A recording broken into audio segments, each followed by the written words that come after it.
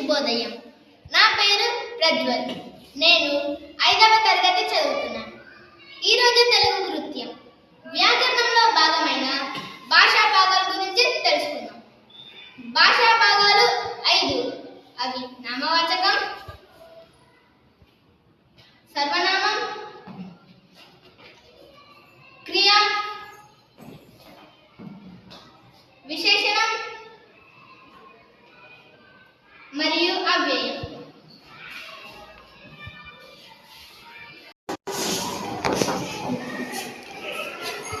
నామవాచకం. నామవాచకం అనగా పేర్లను తెలిపే పదాలని నామవాచకం అంటారు. నరేష్, రహన్, మెల్విన్, శాంసుజిత్. సర్వనామం. సర్వనామము అనగా పేర్లకు బదులుగా వాడే పదాలను సర్వనామము అంటారు. ఆమె, అతడు, ఇది, అది. క్రియ అనగా పనులను చేష్టలను తెలిపే పదాలను క్రియలు అంటారు. తినడం, తాగడం, చదవడం, రాయడం.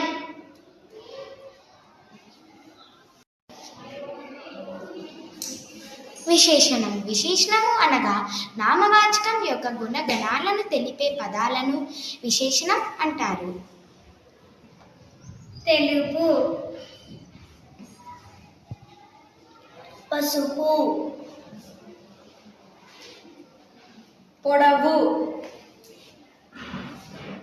పొట్టి,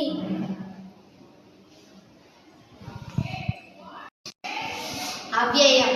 అవ్యయం అనగా లింగ వచన విభక్తులు లేని పదాలను అవ్యయం అంటారు. ఆహా, ఓహో, అవునా, అలాగా.